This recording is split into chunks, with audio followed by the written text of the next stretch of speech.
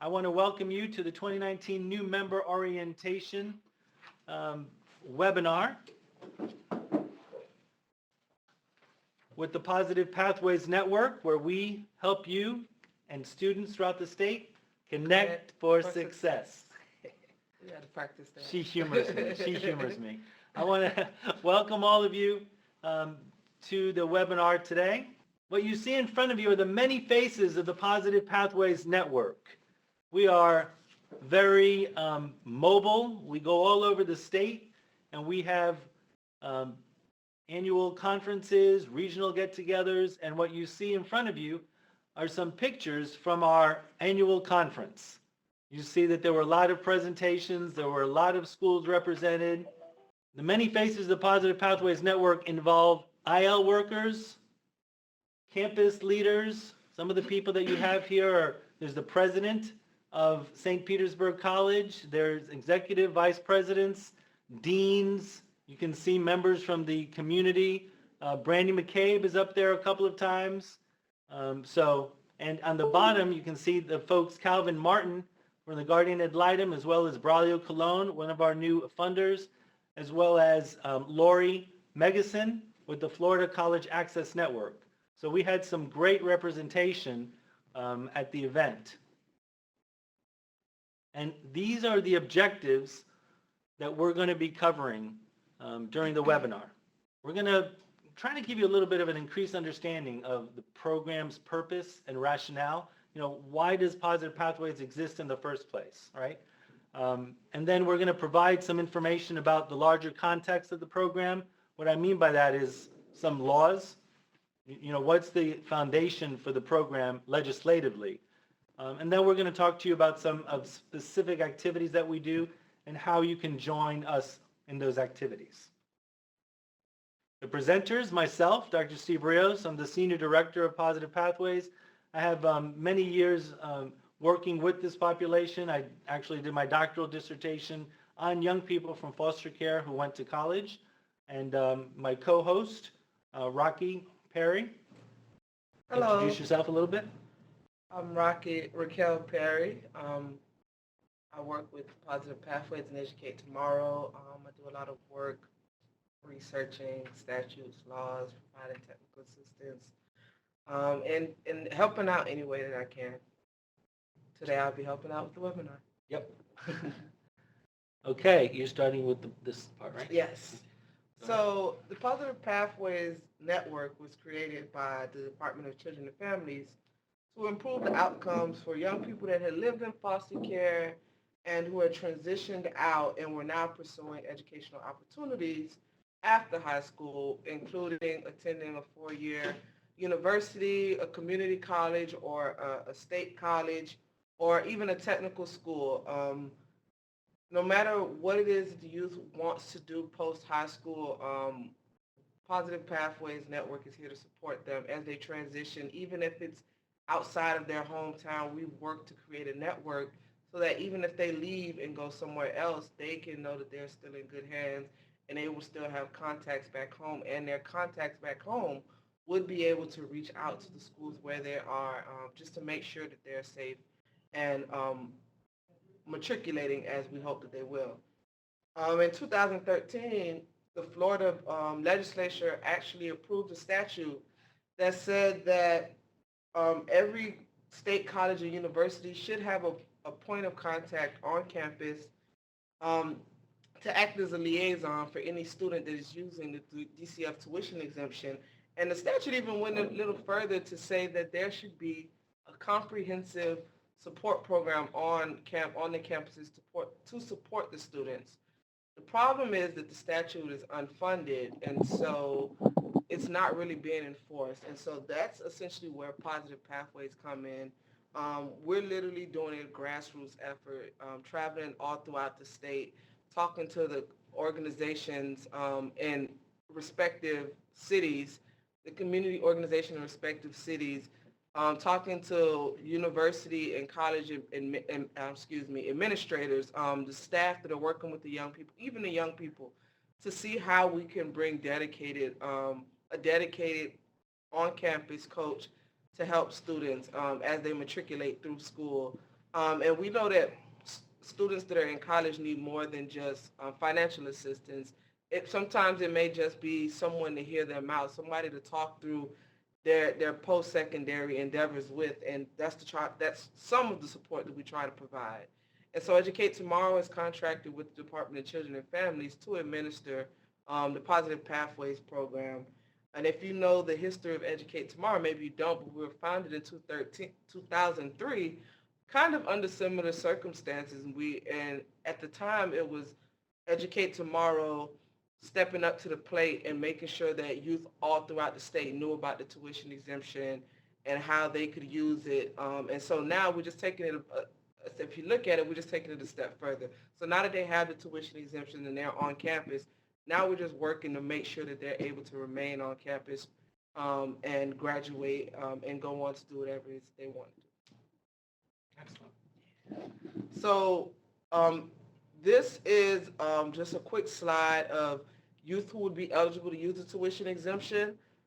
At the very, very least, any youth that was in the custody of the Department of Children and Families. So if a youth was living in foster care and upon turning 18, they aged out.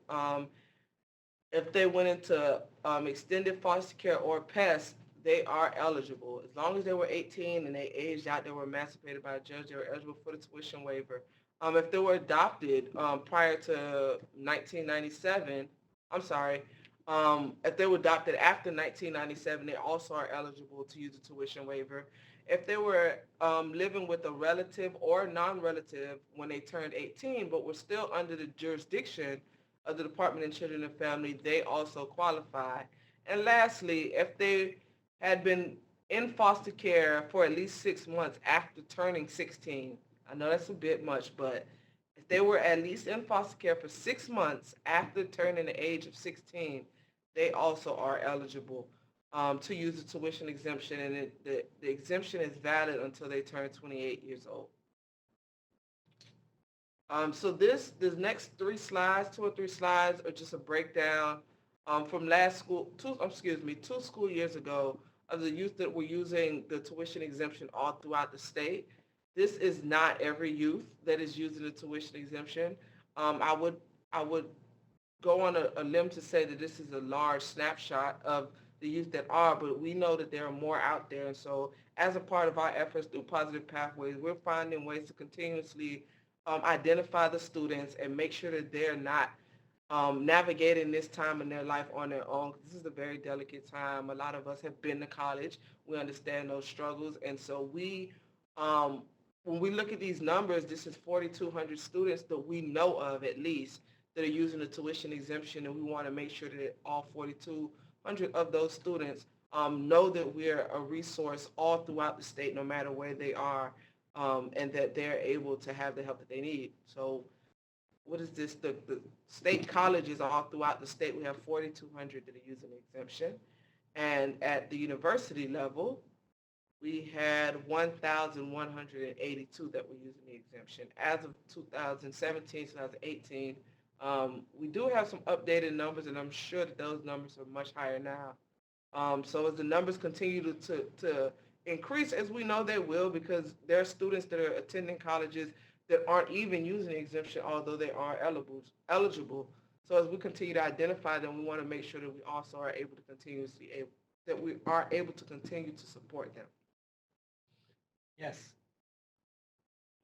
And so these are students that are using the tuition exemption, but they bypassed college or university and decided maybe the workforce may be a better option for them. And so they're attending career or technical education schools. The data from these schools haven't always been tracked.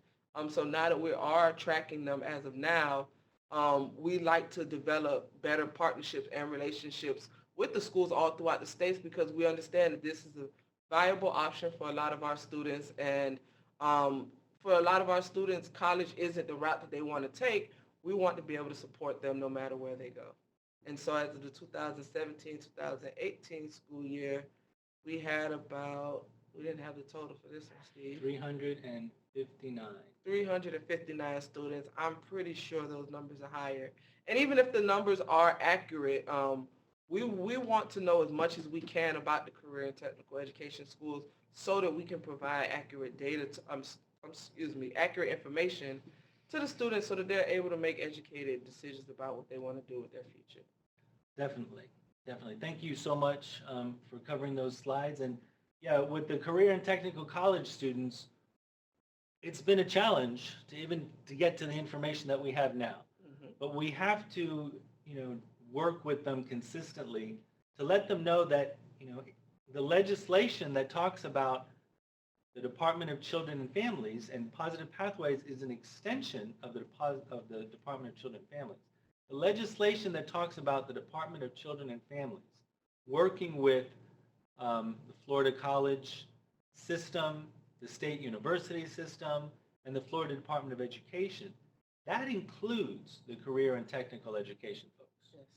And we were very encouraged that the career and technical education representative came to our Positive Pathways Network conference in May and presented for 3 hours. Yes. Really let everybody in the room know, what she was about, what they were about.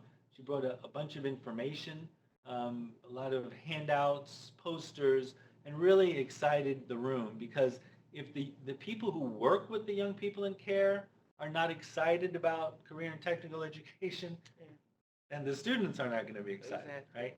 And that's really what has to happen, a culture change. I personally have visited 5 or 6 career technical colleges, and every time I go, I'm very impressed. Yeah. Because the amount of high quality teachers that are there, directors, they're people who believe in their programs, right? And then the equipment that's there and the money that's in there, as well as the empty chairs. The empty chairs are just as discouraging as the incredible equipment are encouraging. So we're very excited about our stronger partnership with career and technical colleges, and moving forward, that's what we're going to continue to do. So, great. And you can see the numbers are increasing, steadily. Okay, you were going to talk about this too, right? Yes. So the mandate that I spoke of earlier that was created in 2013, that said that there should be, well, that there has to be actually programs on the campuses to support these students. But as I said earlier, it isn't funded, so it's not really enforced. Most schools have a designated person who students can reach out to get help, but there's no set program in place. But that is not true for all schools. So some schools have taken the initiative themselves to support the students that are attending their schools that are using the DCF tuition exemption. And from what we know, this population of students is not only doing well, but they're oftentimes exceeding the general population of students as far as retention and graduation rates. And so what we hope to do is to take what we know these programs are doing, what we know is successful, what we know is backed by research out there, and we want to duplicate that all throughout the state. Every student is not going to be able to attend the UCF.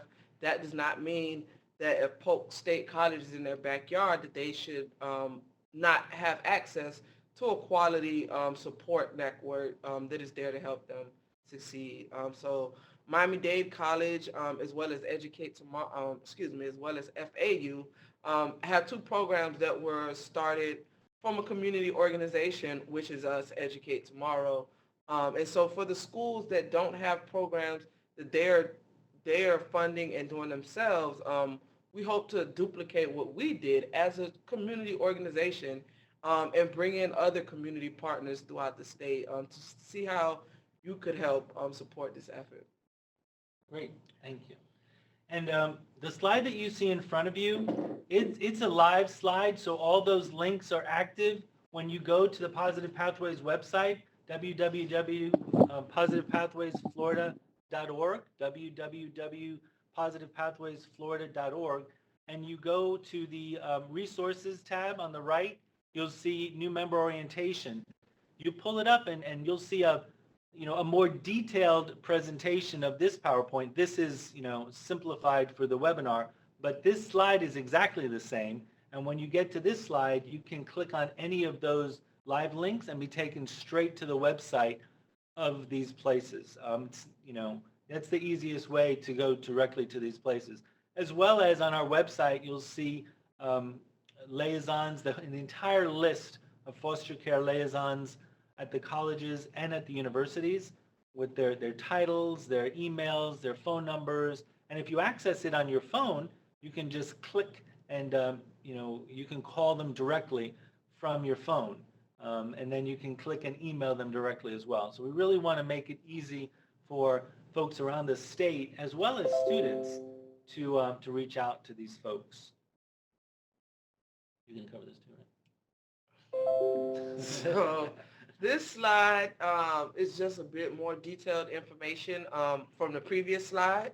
So these are all the programs that have, all the schools, I'm sorry, that have programs on their campuses that are already active and supporting students, with the exception of Tallahassee Community College. That's a bit in limbo right now. But this is the information, so you can see which college or university it is, which department that their program falls under, when their program was first founded, the amount of staff that they have, and then a link to their website. I think TCC was kind of reestablished. They appointed somebody in the interim.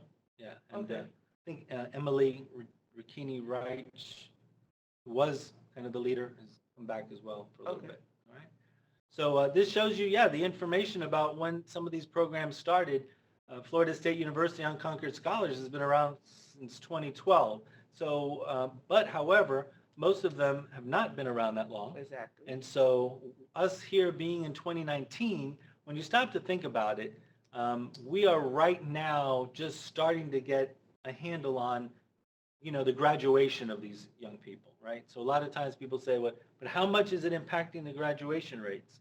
Well, we know that the federal government doesn't count graduation until 6 years a lot of times. So when you have programs that started in 2014, 2015, 2013, now and in the next couple of years are the time for us to really get a handle on, well, how are those completion rates doing, right? And at the college level, one of the most important matrix or measures besides retention is percent, like how long does it take them? If it's 100%, it means that a 2-year degree happens in 2 years. That's 100%. 150%, 200%, 3 years and 4 years, those are the ways that they're tracking performance. And so those are the kind of things that we're going to be looking at as well regarding some of these programs, well, all of these programs, with some of the new funding that we have. But we'll get into that when we talk about partners. What I want to talk about now is the value of association. So the Positive Pathways Network really can be considered an association, right? Like the Plumbers Association, the Teachers Association, these kind of associations exist so that folks can know that there are other people who are doing what they're doing just in a different part of the state or a different part of the country. And what we hope is that, like, what you see in front of you right now is really a wonderful picture, because that picture in front of you shows representatives from 5 different institutions, right? 5 different colleges and 4 different colleges and a university. These people presented together and had a wonderful time getting to know each other and presenting together at our conference. So the kind of benefits and activities and goals that you have for any association, that's what the Positive Pathways Network is aiming toward. And I think there's a real sense of camaraderie, right, at some of these gatherings? Definitely, most definitely. Great. And so, you can be a part of that association as well. It doesn't cost a fee to join. You can go on positivepathwaysflorida.org and join. You can become a member or even a partner. Talk about no problem. So you can see the partners that we have online right now. The Florida College Access Network with Kathy McDonald, who's the Assistant Director of Network Partnerships.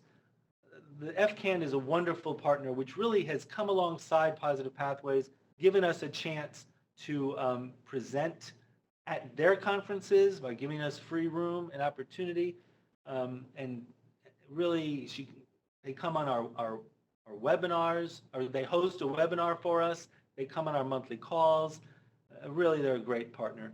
The Helios Education Foundation, one of our newest partners, has actually provided funding for us to be able to produce an excellent research brief, which can be found on their website, helios.org. This is the research brief that identified some of the data gaps that exist in the state, as well as presented a lot of data about the number of young people from foster care who are enrolling and graduating each year. You can see on the left also Calvin Martin and our own Rocky Perry in that picture. Calvin is the statewide director for advocacy for the Guardian Ad Litem program. And what they are going to be doing, and it's great that those two are together in that picture, because they're going to be working together on a training for guardians around the state, maybe guardians who are looking to work with older students a little bit more, right? And to support the work of the Positive Pathways Network on college campuses and in communities. Well, the idea is that it takes a village, essentially. And so when you think of youth that have grown up in foster care, a lot of times the guardian ad litem is the most consistent person in their life. And usually upon turning 18, when they may age out, that relationship is severed, essentially, because it's not designed to last past 18, but that doesn't mean that they don't stay in contact. And oftentimes they do remain in contact. And so as the most consistent person in their life, it makes sense that we want them to be a part of this endeavor also, because naturally they're concerned about their education as well. And we want them to be they're a trusted resource for the youth also. So they need to be well educated on the program and opportunities that are out there. So it made sense to partner with Guardian Ad Litem. Great. And so we're definitely looking forward to for that partnership as it grows. We have tremendous support from Alan Abramowitz, who is the statewide executive director of Guardian Ad Litem, Florida. Jack Levine, who has been an advocate and for Voices for Children statewide for many years, has helped broker that relationship, and we're very, very happy about that. And then all the way on the other side of the page, you see there a couple of the Educate Tomorrow leaders, Dr. Amy Rubinson, as well as J.R. Fry, who are bookending the folks from the AOK Scholars Foundation. The AOK Scholars Foundation is a wonderful organization that is supporting more than 320 students right now.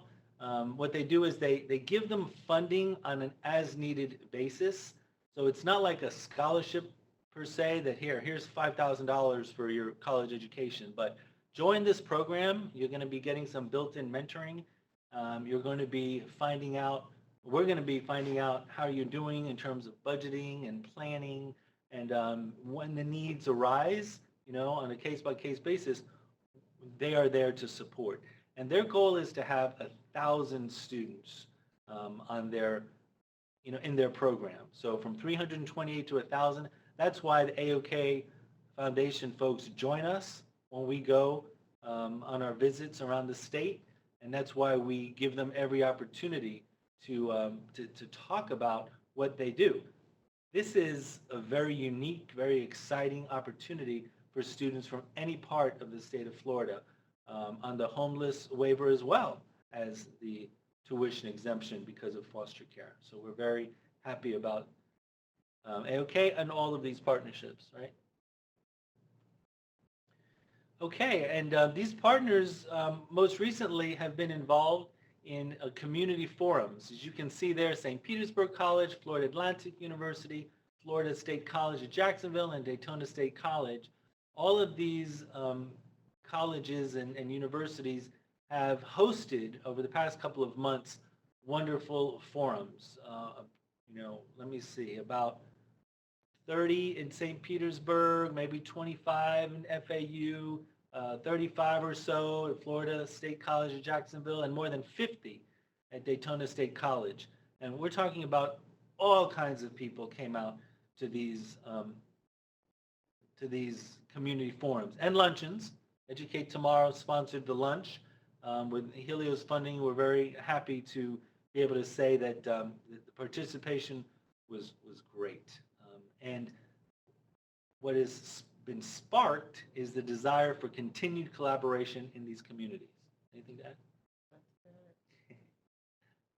Okay. So what do we expect of the members of the Positive Pathways program? Good question. Good question. I'll answer it for you. All right. So basically, we just expect that, the members will bring to us their thoughts, their concerns, right? So that we can be a stronger, better association. And we also expect that the members will support the students on their campuses. Every time you have a situation where, people are kind of volunteered to be in a certain role, there's different levels of determination to help the young people. And what we're trying to do is to be there so that, lack of knowing what to do with the young people in care is never a reason for our young people to not be served, right? So we look forward to our members connecting with students, supporting students, advising the students and other campus leaders about the young people from care. To stay in touch with us, to provide updates to us, to participate in our monthly calls, to voice their opinions, and especially to provide updated contact information, right? Yes, I think also one of the more important expectations of members of the Positive Pathways Network is to know that we are a resource for you as well, and that when you run into roadblocks, we are a contact. Please reach out to us. I would hate for any student to go without simply because you didn't know or you didn't know where to go. Please come to us. Come to me. I'll do the requisite research. I'll talk to who I have to talk to. I'm not afraid to call anyone to make sure that our students are taken care of and to make sure that you are supported also. Exactly.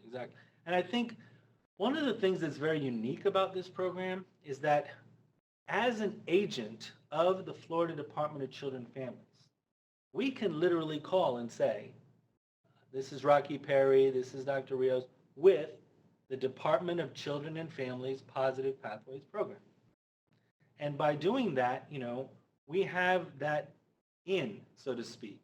And like Rocky mentioned, we are here to help individual students. We get calls from individual students. We get calls from university leaders.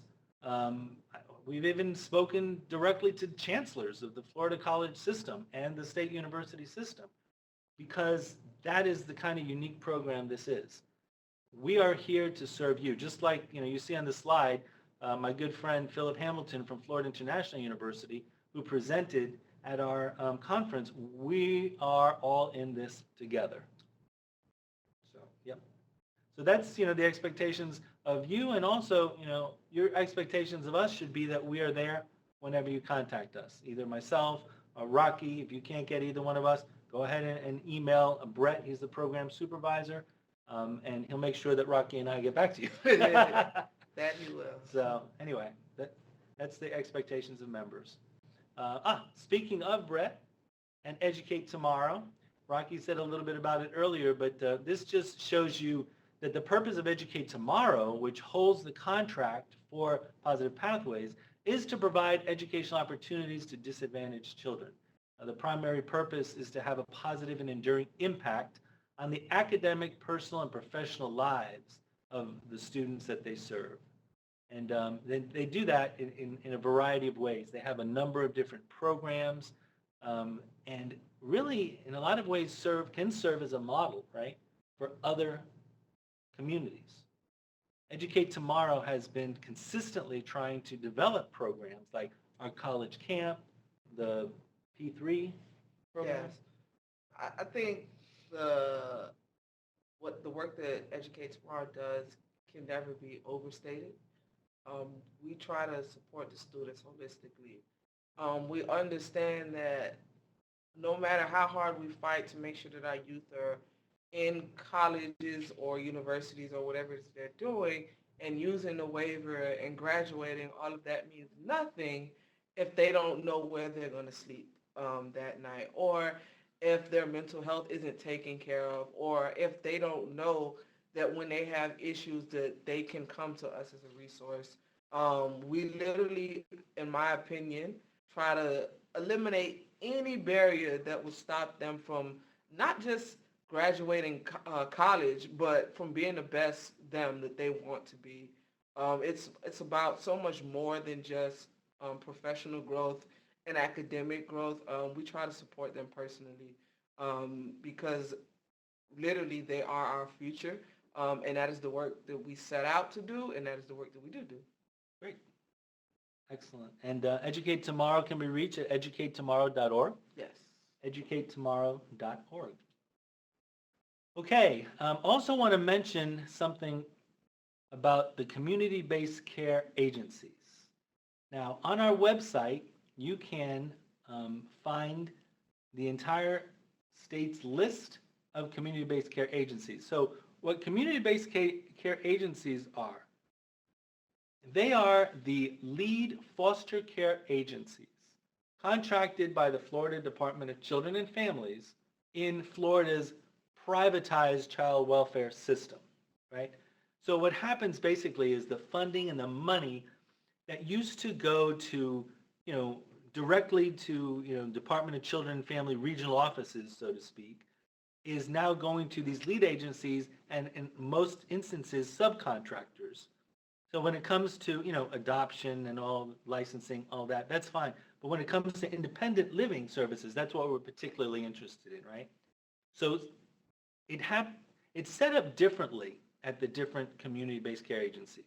Some of them, maybe a few, actually handle IL internally still, just a few. Most of them contract out with organizations like the Children's Home Society. The other one might be SOS. The other one is, what's that other big one? Vita Nova in Palm Beach. So these are organizations that work with IL, independent living workers, and those independent living workers a lot of times work at the community-based care organizations. The reason I'm bringing this up is because those of you who are on the college campuses need to know who the local community-based care leaders and IL people are. Because those are the folks who, first of all, give the young people their waivers, right? And who are keeping an eye on them as well, right? Yeah. So they're really your partners, right? The community-based care agencies and the independent living workers at those agencies are your partners in helping your young people on your campus succeed month after month and year after year. Okay, so you can find them on our website. Okay, and just in terms of being able to connect with us, every first Wednesday of the month, except holidays, you can go on the Positive Pathways website and you can find information about that month's call. The call-in number is always the same. You see it in front of you. And basically, we spend an hour and a half or so answering questions, providing network opportunities, giving good news, telling folks about upcoming events, covering things that have already happened, and bringing up issues that the whole state needs to be aware of. In the past, we've been, so honored as to have even the chancellor of the Florida college system be on these calls. We regularly have state leaders on these calls so that, they can be tuned in to what's happening with these young people. You see every year that the number of young people using the waivers is going up. well, that means that there's a lot of, opportunity as well as challenges that we need to work on as a community, as an association. This is one of the main ways that we do it. Another way that we do it is with our annual conference. You can see these are some pictures that were taken at the last annual conference that occurred in St. Petersburg. The bottom left corner, you see Jack Levine from Four Generations Institute, Right there. yeah, who led a panel of state leaders. Everybody on that panel is a state leader, including the FCAN people, the Helios people, the Guardian Ad Litem, Brandon McCabe, CEO, Rocky, and myself.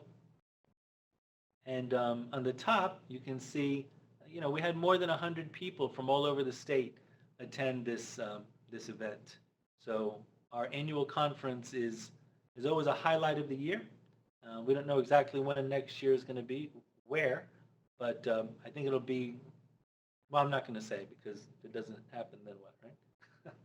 So that's our annual conference. We also have a quarterly newsletter that comes out every 3 months and provides information about, what's going on, like the new Helios grant that we got, a study that's taking place about the Positive Pathways Network that you can participate in if you want to, the AOK Scholars success and their goal to have 1,000 people within the next few years, community forums. This is our quarterly newsletter, which also is on our website, www.positivepathways.org, and you can look and find our newsletters, current and past ones.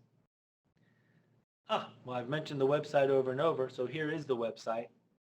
You go to this website and you can see there's a list of programs and liaisons. We have a blog with current information. We have the newsletters, information about the conferences and other upcoming events, and our resources. At the resources tab, you'll see a lot of information from around the country, as well as research, as well as this new member orientation. And we want to highlight and spotlight youth voices. Why is that important, Rocky? We would all be working in vain if we created programs that we thought solely based off of our beliefs that would be great for students without including students in it. It's important, especially for youth that grew up in foster care. It's not a stereotype. It is a very real thing that you do not have a lot of say in a lot of things that go on with you. And so now at this point in their lives, for us to say, hey, we want to help you, we have to take a step back and hear what it is that they need help with and how they best receive help. And then we build off of that. And so we're very intentional about talking to students and getting their feedback locally with whatever programs they're participating in and their opinions on how we can expand and continue to further out and how to reach other students.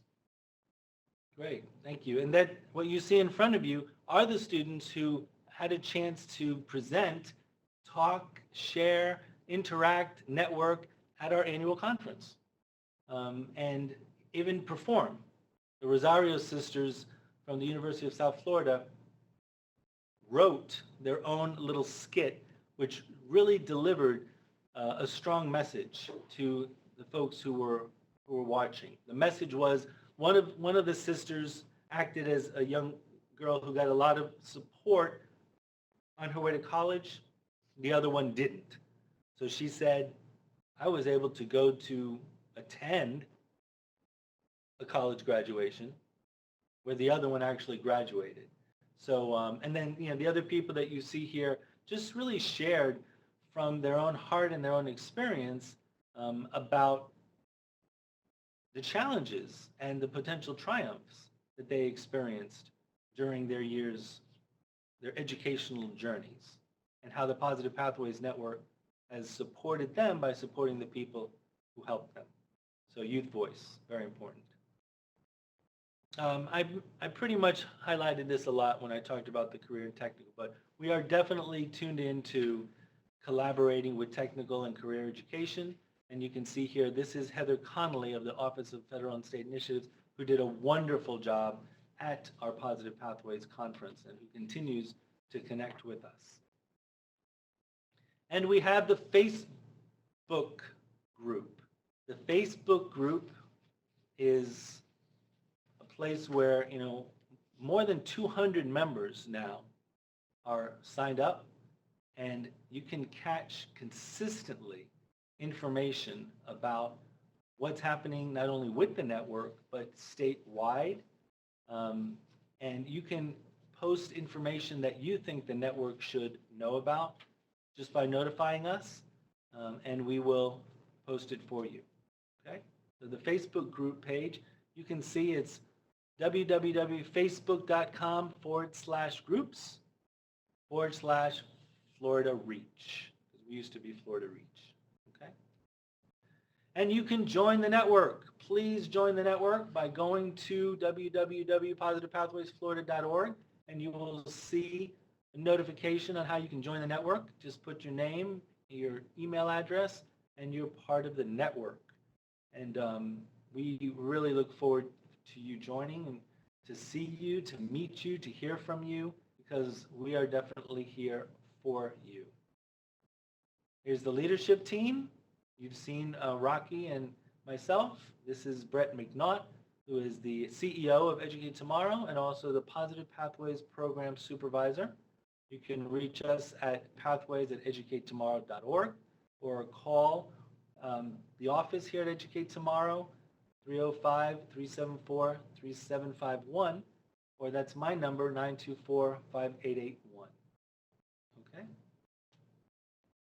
Also, we can send out some brochures if you're interested. You can contact us, and we would be pleased to send you the Positive Pathways brochure so that you can promote our work around your community and on your campus. And that's it. That's all that we have to offer. Rocky, do you want to add anything? No, I don't. Okay. Well, I want to thank, the Department of Children and Families for the opportunity to do this webinar. I want to thank the University of South Florida Center for Child Welfare for hosting this webinar for us. Kevin and Ron, the whole team there, do a great job for us every time we have one of these webinars, and our monthly calls as well that they host. I want to thank all of you for joining us. If you're just joining us now live, if you have any questions, you can certainly text me right now if you want, 305-924-5881. You can text if you have any questions. Thank you so much for being with us on the Positive Pathways webinar.